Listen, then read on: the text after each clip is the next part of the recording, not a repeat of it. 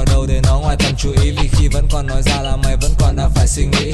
Xoay quanh vào câu chuyện mày vẫn đang làm những trò hề, khi vẫn chưa hiểu nổi hai mặt của một vấn đề trên đường về. Ấy nắng chiều dữ dội, những con người đang chờ cơ hội đè lên đôi vai gánh nặng, có cảm giác giống người có tội. Lại sắp trôi qua hết ngày, miếng ăn chưa đầy vào dạ dày, nhét làm sao cho đủ, làm sao cho vừa hết cái bụng tham này.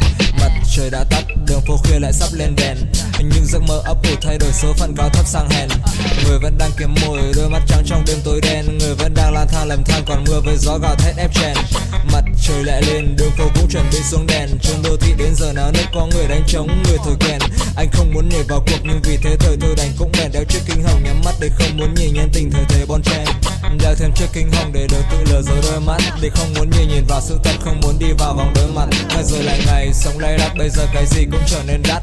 Cứ như thế này mạng người có lẽ còn rẻ hơn mét đất. Anh biết tìm kiếm ở nơi đâu để thấy một con người thật thà. Ra đường thấy ai cũng đẹp cũng xinh nhưng toàn là ngữ đeo mặt nạ. Bây giờ anh cần phải tìm con đường ngắn nhất để trở về được tới nhà. Bây giờ anh cần phải xả xì chát khỏi đầu bằng một điếu thuốc lá. Mặt trời đã tắt để đường phố khuya lại sắp lên đèn. Có lẽ anh rất cần hai viên để con gian. Mặt trời đã tắt dưới ánh nắng vàng lòng người hiu hắt. Đây đó mùi quyền lực với mấy đồng tiền cũng đang lên men.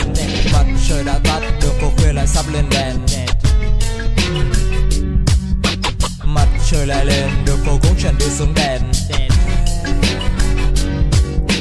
Mặt trời đã tắt, đường phố khuya lại sắp lên đèn. Những giấc mơ ấp ủ thay đổi số phận cao thấp sang hèn. Người vẫn đang kiếm mồi, đôi mắt trắng trong đêm tối đen. Người vẫn đang lang thang lầm than, còn mưa với gió gào thét ép chèn. Mặt trời lại lên, đường phố cũng chuẩn bị xuống đèn. Trường đô thị đến giờ nào nước có người đánh trống, người thổi kèn. Anh không muốn nhảy vào cuộc nhưng vì thế thời thôi đành cũng bèn đeo chiếc kính hồng nhắm mắt để không muốn nhìn nhân tình thời thế bon chen.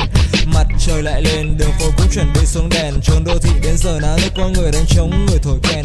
Anh không muốn nhảy vào cuộc đeo chiếc kính hồng nhắm mắt để không muốn nhìn nhân tình thời thế bon chen. Shit.